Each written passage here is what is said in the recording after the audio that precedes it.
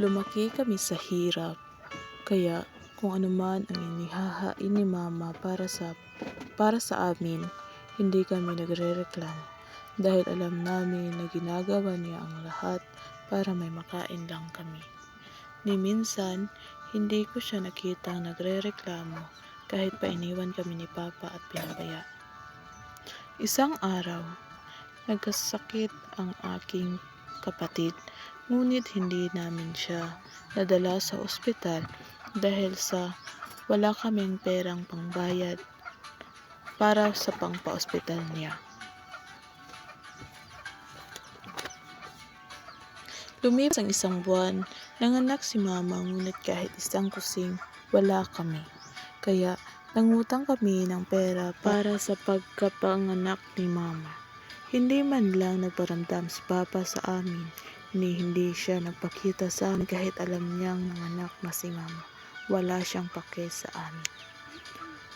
Lumipas ang 5 taon, nabaon kami sa utang, kaya napilitan si Mama na umalis at iwan kami.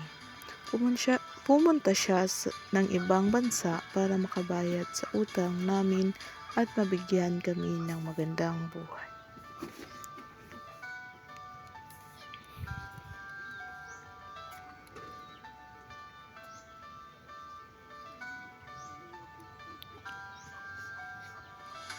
Kinaya ni Mama ang lahat ng pagod.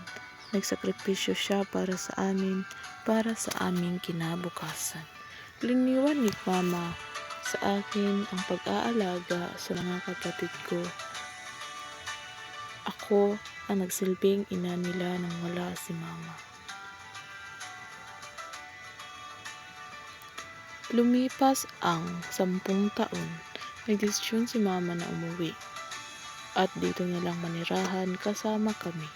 Nakabili na rin naman kami ng lupa at nakapagpatayo na rin ng sariling bahay.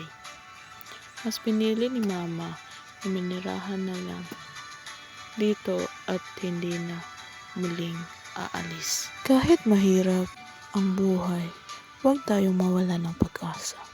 Dahil hindi sa lahat ng panahon tayo ay mahirap. Laging tatandaan, uunlad din tayo hanggat patuloy na umiikot ang ating mundo.